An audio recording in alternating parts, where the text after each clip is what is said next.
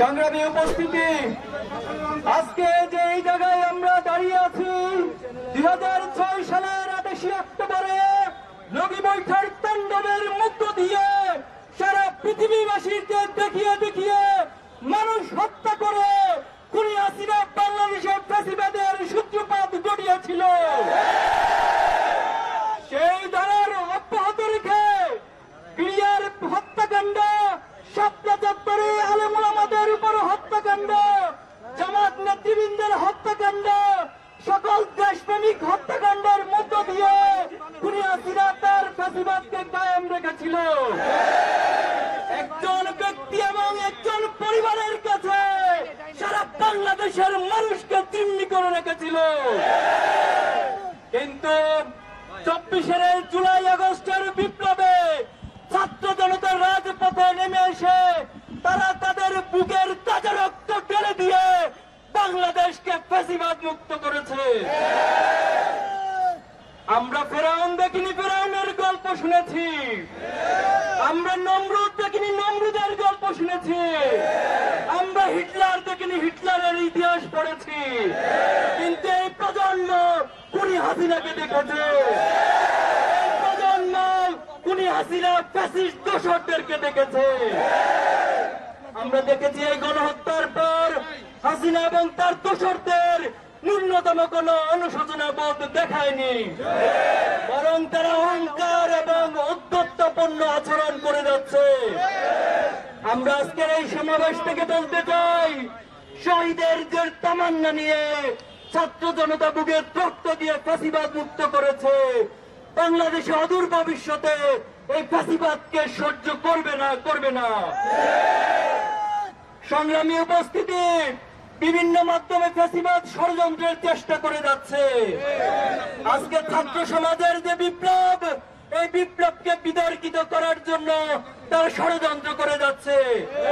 সম্প্রতি শিক্ষা প্রতিষ্ঠানগুলোতে ছাত্র সমাজের কাছে এই ষড়যন্ত্রের মাধ্যমে এক ধরনের বিদ্বেষ এবং কনফ্লিক্ট তৈরি করে দিচ্ছে। আমরা ছাত্র সমাজকে এই সমস্ত ষড়যন্ত্রের বিষয়ে সতর্ক থাকার জন্য আহ্বান জানাবো। সরকারের প্রতি উদাত্ত আহ্বান জানাতে চাই, আপনারা রক্তের উপর দাঁড়িয়ে আছেন। আপনারা যে চেয়ারের উপর বসেছেন, সেই চেয়ার আবু সাইদ এবং শহীদদের রক্তের উপর বসে আছে। এই চেয়ারে বসে ফ্যাসিবাদের পক্ষে যদি কোন ধরনের কার্যক্রম পরিচালনা করেন, এই ছাত্র জনতা তার উত্তম জবাব দিবে। আপনারা অতি দ্রুত বিচারের ব্যবস্থা গ্রহণ করুন।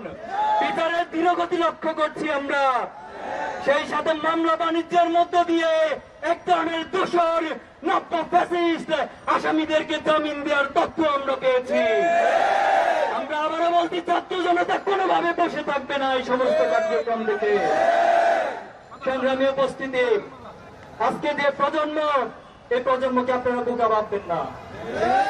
আমাদের ইসলামী ছাত্র শিবিরকে আদর্শ দিয়ে মোকাবেলা না করে বারবার চেতনার কাঠ দিয়ে মোকাবেলা করার চেষ্টা করা হচ্ছে।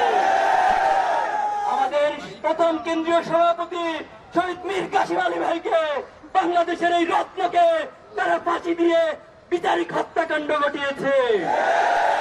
এই প্রজন্ম সেদিন বোবাকান্নার মাধ্যমে সেটাকে সহ্য করেছে। কিন্তু আজকের প্রজন্ম আর এই সমস্ত চেতনার কাঠকে সহ্য করবে না। আমাদের বুকে, আমাদের ধমনীতে শহীদদের রক্ত বিরাজমান।